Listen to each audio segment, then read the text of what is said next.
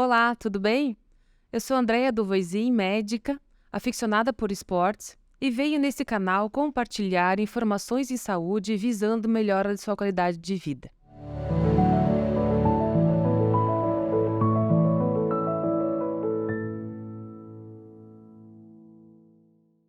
Nós vamos hoje falar com o Luiz Fernando Nascimento. Ele é gerente executivo do Instituto Compartilhar. O Instituto foi criado pelo Bernardinho. Nós sabemos muito bem que é o treinador, né, da Seleção Brasileira de Vôlei. E com vocês, Luiz, deixo a palavra contigo. Bom, primeiro, obrigado pelo convite. Participar do podcast com você, sempre uma coisa boa, falar de esporte mais ainda.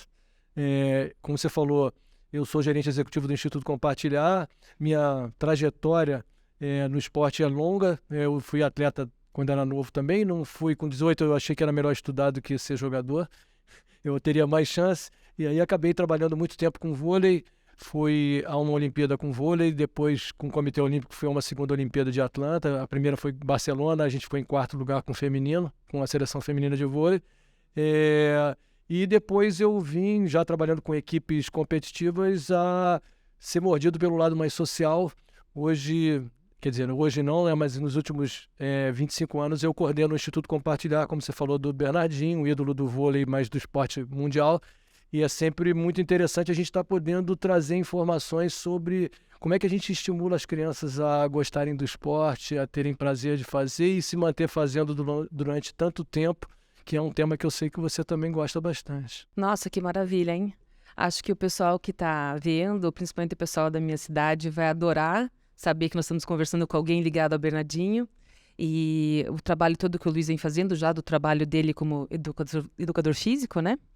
E preparador físico. E puxando o gancho aqui, falando do esporte, o meu público é mais diabético, mas isso vai servir para toda a população. Me fale um pouco a diferença de atividade física e exercício físico, porque existe uma diferença grande. As pessoas acham que o fato de fazerem uma caminhada para ir trabalhar é o suficiente como exercício físico, e na verdade isso não é realidade. Podia comentar um pouco? Trazendo a tua experiência. O exercício físico ele tem uma série de padrões a serem acompanhados, né? Então, se é um treinamento, você tem um acompanhamento, você tem que fazer exames, tem que fazer monitoramento dos indicadores para ver se você está evoluindo. Eu acho que quando você fala movimento, eu gosto de falar mais movimento, que é um conceito de uma atividade física mais do cotidiano. Então, eu gosto muito de um conceito de gente ativa. E a gente ativa é a pessoa que pode fazer exercício físico coordenado por um profissional de educação física, mas que ele também leva uma vida ativa, que ao mesmo tempo ele abre mão de ir de carro para lugares próximos e vai a pé, né? É a pessoa que ajuda a lavar a louça não porque só tem esse compromisso, mas também porque isso é uma atividade, então que cuida do jardim, que ajuda a passear com o cachorro. Então, quando você vai somando todas as atividades, você se torna uma pessoa ativa. E essa pessoa ativa te dá uma série de benefícios. E eu gosto muito desse conceito de gente ativa, né? Porque é o que a gente acaba estimulando também no Instituto Compartilhar, como fazer com que as crianças gostem do esporte e se tornem ativas ao longo do tempo, né? E não é só enquanto ela está com a gente entre 9 e 15 anos, mas quando ela gosta daquela prática, normalmente ela quer fazer isso ao longo da vida e ela vai manter os amigos jogando alguma atividade ou praticando alguma atividade. Plantar a semente, né? E depois manter regando para poder a gente ver crescer. Como você falou, a atividade física ela demanda uma série de outras necessidades de acompanhamento de um profissional de educação física, de uma avaliação médica, mas o movimento em si, nós seres humanos fomos preparados para movimentar, não para ficar parado, né? Então, assim, só medicamente eu tenho que comentar algumas coisas em cima do que o Luiz está comentando, que assim, atividade física o médico vai considerar como o que você faz no seu dia a dia. Se você lida na sua horta, se você vai a pé trabalhar, se você resolveu lavar seu carro, isso é ser ativo. E exercício físico, a diferença vai ser que vai ter o educador físico do seu lado, colocando um horário para você fazer, colocando o tipo de exercício, tendo uma meta de trabalho para desenvolver a sua musculatura ou suas aptidões físicas, né? Uma progressão, né, de ganho permanentemente. Exatamente. Isso vai ser feito tudo de forma muito paulatinamente, de forma gradual, para que a pessoa possa ir desenvolvendo a capacidade física dela. A gente sabe que enorme importância de se estimular isso e plantar essa semente nas crianças. Eu gostaria que você falasse um pouco do seu projeto para exemplificar para eles o quanto que incentivando os nossos filhos e adolescentes à prática esportiva desde cedo vai colaborar com vários fatores, não somente físicos, como também emocionais. Eu acho que aí a gente vai alcançar uma fala para os pais que às vezes projetam nos filhos algumas coisas que eles não conseguiram. E eu sempre trago o conceito de que a atividade, né, inicial de uma criança tem que ser uma atividade prazerosa. Então, para ele entrar num projeto, ele tem que gostar. Não adianta o pai ter como ídolo um jogador de futebol ou ter como ídolo um jogador de vôlei. Isso é interessante, mas os pais responsáveis têm que estimular com que a criança se sinta feliz naquele ambiente. Então, por exemplo, no Compartilhar, a gente tem 3 pilares de sustentação para uma criança ficar. Um é uma metodologia que seja motivadora, ou seja, eu vou aos poucos introduzindo coisas que são mais legais. O vôlei é difícil, a gente tem uma quadrinha pequenininha, então ela acerta muito mais do que ela erra e ela quer continuar a vir no dia seguinte. A gente tem um ambiente que é um ambiente acolhedor, ela chega lá, ela fala, nossa, isso aqui é um parque de diversão, é brincadeira, a quadrinha é do meu tamanho, a bola é mais leve, eu acerto, e a gente chama o professor como um elemento atencioso. Porque não é o professor que cobra, né, nem o técnico, porque isso é muito chato. Não dá para você ter 9, 10, 11 anos e todo mundo botar as regras, não faz isso, não faz aquilo. O bom é dizer, olha, muito bem, isso aí você acertou, vai de novo que você vai acertar da próxima vez o que você errou agora. E a gente vai aos poucos fazendo com que ela tenha uma experiência positiva. Experiência positiva é a garantia de que no dia seguinte ela vai querer voltar. A água gelada nunca é o problema da piscina, porque os filhos que gostam daquela atividade volta com um lábio roxo, mas não sai da água. O problema é quando começa a dizer que a aula de natação tá chata, porque realmente é muito chata. Ele te manda fazer 2 vezes de crawl, 2 vezes de costas. Cara, chato pra caramba, não tem nenhuma brincadeira no meio. Dá pra imitar um tubarão, fazer alguma coisa, passar por baixo de alguma coisa, subir por outra. Não, tem que nadar. Nadar, nadar. E aqueles que se destacam? Eu acho que, naturalmente, o processo de base grande acaba gerando atletas com melhor qualidade técnica, com melhor pensamento tático, e aí você vai aos poucos. A gente tem muito aluno que vai jogar no seu colégio, a gente tem alguns alunos que jogam nas seleções municipais, a gente tem poucos alunos que jogam nas seleções mais amplas e a gente tem um aluno que chegou na Olimpíada. Cara, a gente já tem 40 mil alunos, um chegou na Olimpíada, eu não posso pegar esse aluno. Hoje a Roberta, que é a levantadora reserva do Brasil, começou aqui com a gente em Curitiba. Mas ela não é o meu exemplo principal. Ela é a minha cereja, mas não pode ser o meu exemplo. O meu bolo é muito maior, são 40 mil crianças que passaram com a gente e que tiveram uma experiência positiva e que quando andam na rua, cruzam com a gente, dizem, puxa, eu continuo jogando vôlei. Eu chamo meus amigos e jogo vôlei porque eu sinto que isso é um lado social que eu aprendi no projeto, que não era performance e competição. Eu contra você, se você é levantadora, você vai ficar, eu você reserva, você é titular. Isso é muito ruim para um convívio inicial. Sim. E no caso do esporte, te ensina também a socialização, que é importante nessa faixa etária, criança, né, a pré-adolescência. Outra coisa que eu acho importante também é trabalho em equipe. Aprender a trabalhar em equipe. Hoje as pessoas estão cada vez mais individualistas, né, cada um com seus celulares. A gente teve a pandemia que trouxe um dano terrível para as crianças. As cidades grandes, muitas tiveram que ficar em apartamentos, não tinham espaço para poder se divertir. A gente tem o problema da obesidade vindo. A gente tem uma média de ganho de peso de 9 a 10 quilos nas crianças e adolescentes.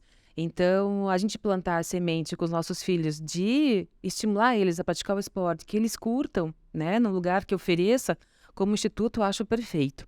Por isso que eu falei desde o início. Os pais têm que ter uma participação interessante, que é de oferecer ou estimular uma participação motivante da criança e não escolher uma coisa que eles gostem, não que as crianças gostem.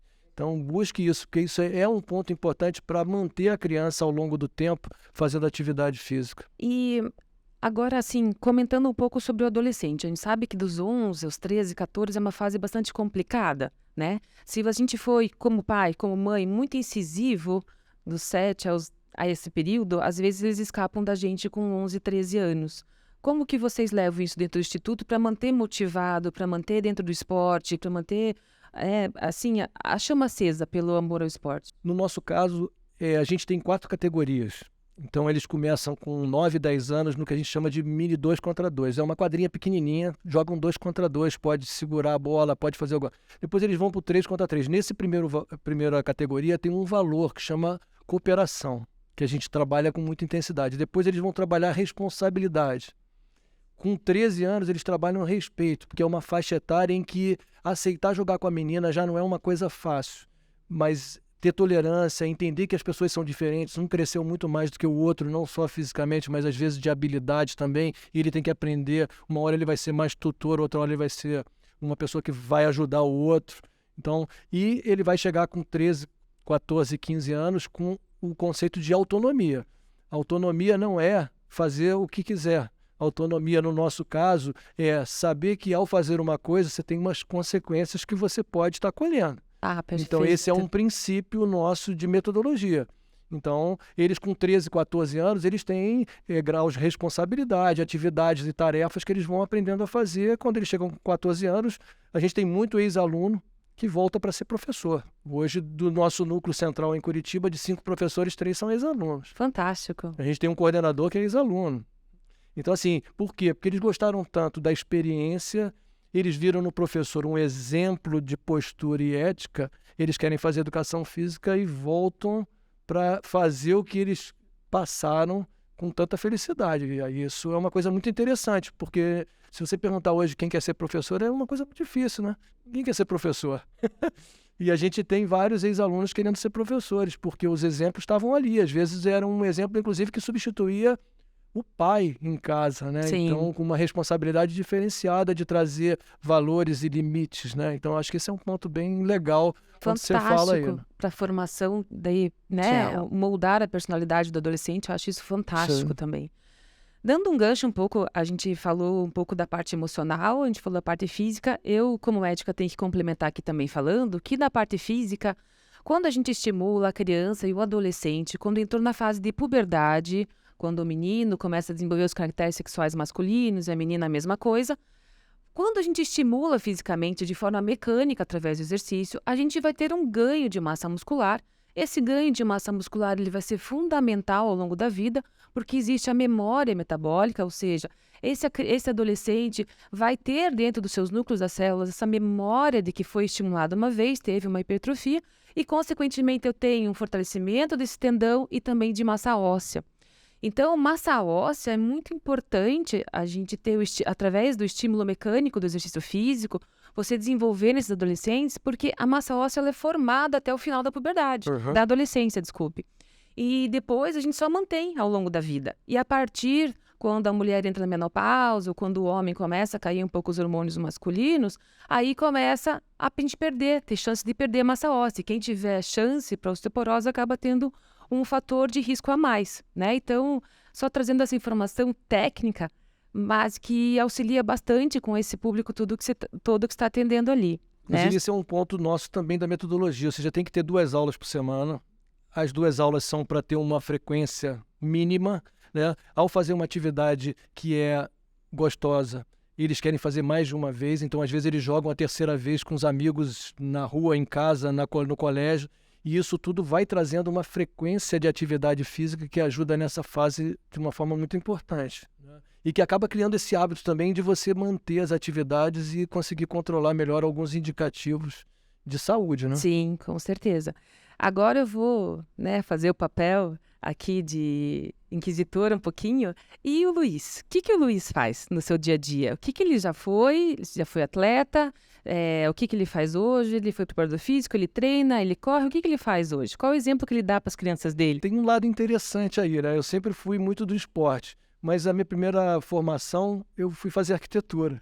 Nossa, Então eu fiz arquitetura durante um ano. Talvez ficar parado um ano, porque eu estava fazendo arquitetura, tenha me dado tanta vontade que eu resolvi fazer educação física. Aí fiz um ano fazendo educação física e arquitetura, e larguei a arquitetura e fiquei na educação física. Eu sempre fui muito apaixonado por esporte e fui sempre inquieto. Então eu joguei vôlei de 13 até os 18, e aí, como eu falei antes, eu cheguei à conclusão que era melhor eu estudar, mas eu não consegui largar o esporte. Então eu fiz remo, eu fui pegando todas as ondas iniciais, remo, maratona, triatlon, né? E aí depois eu fui fazendo atividades. A corrida é uma coisa que está dentro do dia a dia, você pode fazer isso sem muito custo.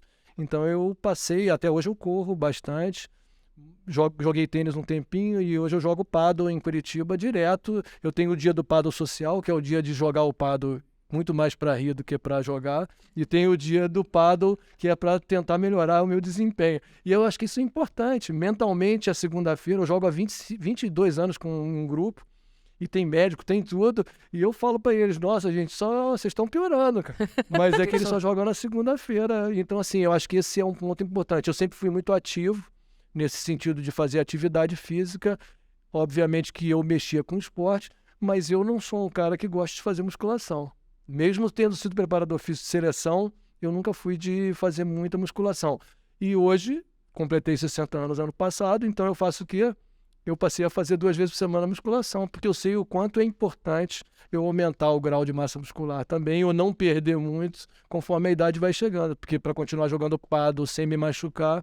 Então, assim, são várias coisas que, se a gente fosse falar para quem está nos assistindo, mantenha a sua atividade física e mental, porque eu acho que são 2 pontos. Se eu jogo segunda-feira, praticamente eu jogo pouco, mas eu me divirto muito. E isso tem um efeito gigantesco na minha vida, né? Eu sempre, não, segunda-feira vamos sair. Eu falei, segunda não dá, já tenho coisa, não dá para matar. Perfeito, eu acho que essa última tua fala foi perfeita. Assim, quando eu tô com os meus pacientes, uma queixa que eu tenho muito é tipo, mas que horas que eu vou colocar meu exercício? Não, você fez o que é fundamental, você marcou um compromisso contigo. Agora é o meu momento de exercitar o meu corpo para eu me sentir disposto, para eu poder executar qualquer atividade que eu faço no meu dia a dia bem, sem dor, peguei uma caixa em cima, agora não consigo nem andar direito porque deu uma cãibra aqui nas costas, ou fui me agachar para levantar um peso, minhas costas já incomodou. Não, fez o agachamento adequadamente, porque estava com as coxas fortalecidas adequadamente. Então, acho que musculação na sua idade é fundamental, né? Eu até defenderia, assim, para todas as idades, a partir da puberdade, desde que já tenha fechadas epifisióceas, né? São as cartilagens de crescimento, quando o adolescente está crescendo. Daí não pode ser muita carga, né, para não influenciar o crescimento, mas eu acho fundamental, porque você fez a memória metabólica na criança e no adolescente, você mantém isso ao longo da vida, e quando estiver com mais idade, como 70, 80 anos, vai estar executando todas as funções básicas que o ser humano fisicamente precisa executar. Com isso, vai traduzir o quê? Que eu sempre falo para meus pacientes: qualidade de vida. Bem-estar e qualidade de vida. Que é o mais importante, né? E me conte uma coisa. Você tinha me contado nos bastidores que você participou de 2 Olimpíadas. Como foi essa experiência? Eu fui preparador físico da seleção feminina de vôlei em Barcelona, na Espanha, em 92, uma Olimpíada assim, num lugar marcante. Era uma expectativa grande minha também, porque era a minha primeira Olimpíada. Eu não tinha ido num Pan-Americano porque eu não tinha cota para ir preparador físico, só ia técnico e assistente técnico, então eu estava numa expectativa gigantesca. Foi incrível. Talvez tenha sido uma das minhas grandes emoções, não só fazer o credenciamento para entrar na Olimpíada, mas o desfile de abertura, né? Como a gente estava com chance de medalha, então assim, eu não conseguia aproveitar tanto a Vila Olímpica e as coisas, porque a gente estava muito voltado para a performance, para ganhar, né? Então a gente ficou em quarto, a gente chegou a disputar a medalha de bronze, mas a gente não conseguiu. Já em 96, em Atlanta, eu já fazia parte do Comitê Olímpico, eu já tinha ido 3 vezes a Atlanta para ver localização, estudar simpósio de abertura. Então eu já tinha um componente técnico que era muito mais legal. Mas tem algumas coisas que são muito interessantes. Por exemplo, você vai escolher o prédio que vai ficar a delegação brasileira. Então, bate sol de manhã, não bate sol? Qual é a equipe que você bota de manhã no quarto que bate sol para, se ela ficar dormindo, ela não ficar calor?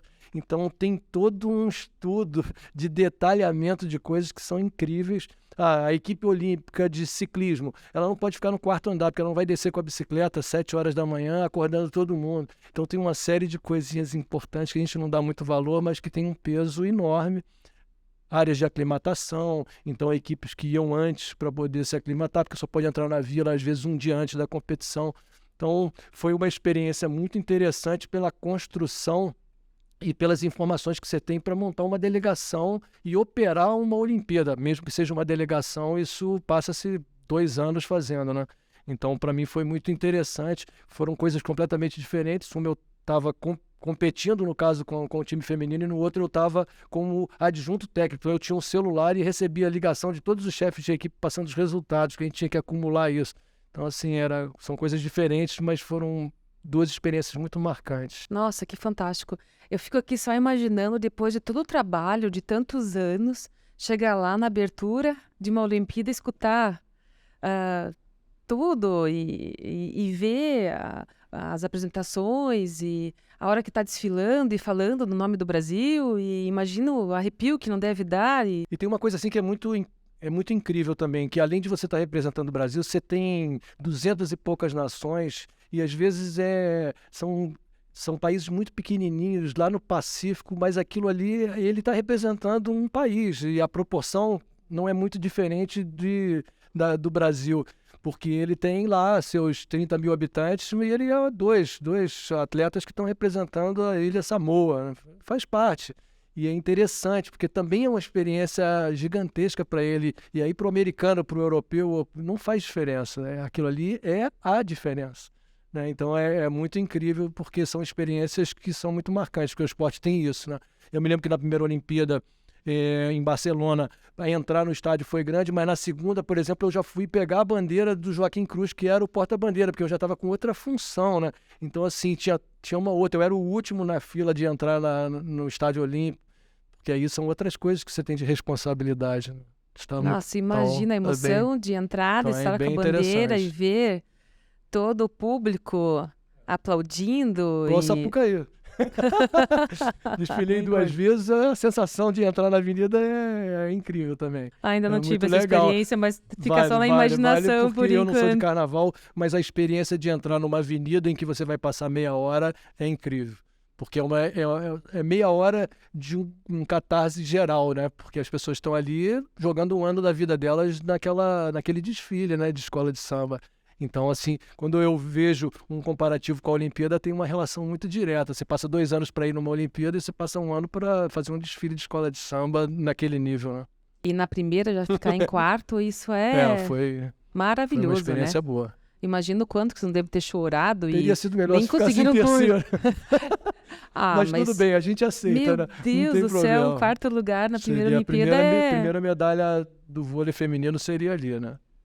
Mas a gente conseguiu em Atlanta a primeira medalha do vôlei, quer dizer, primeira medalha feminina de ouro foi a dupla de vôlei de praia, a Jaqueline e a Sandra. Então eu também estava lá num momento diferente, mas foi a conquista da primeira medalha feminina de ouro.